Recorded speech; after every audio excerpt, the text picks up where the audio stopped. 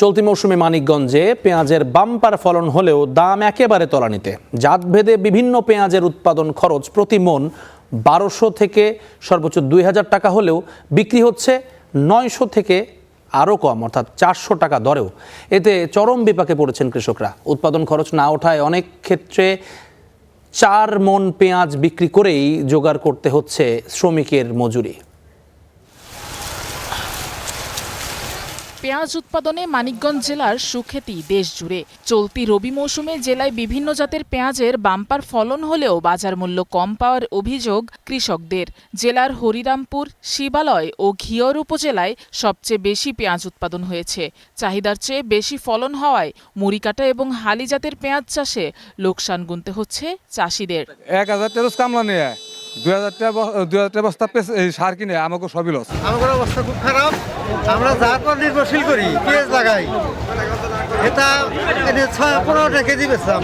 চলতি মৌসুমে ১ মণ মুড়িকাটা পেঁয়াজ চাষে ১১০০ থেকে ১২০০ টাকা এবং হালি পেঁয়াজ চাষে মণ প্রতি ৭০০ থেকে ৮০০ টাকা খরচ হয়েছে। পেঁয়াজ তুলতে প্রতিদিন একজন শ্রমিকের মজুরি পড়ে ৮০০ থেকে ৯০০ টাকা, যেখানে মুড়িকাটা পেঁয়াজ মণ প্রতি ৪০০ টাকা ও হালি পেঁয়াজ মণ প্রতি ৯০০ টাকা দরে বিক্রি হচ্ছে।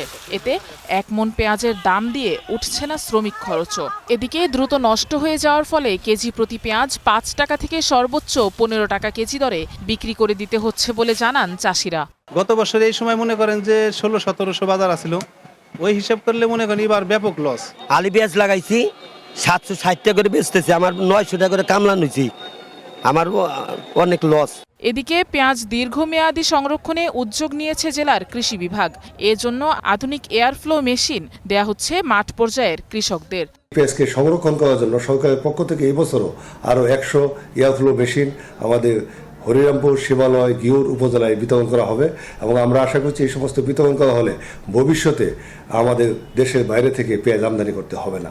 এবছর জেলায় মোট ৭,০০০ হেক্টর জমিতে পেঁয়াজ চাষের লক্ষ্যমাত্রা ধরা হলেও ৭,৫০০ হেক্টর জমিতে পেঁয়াজ চাষ করা হয়েছে।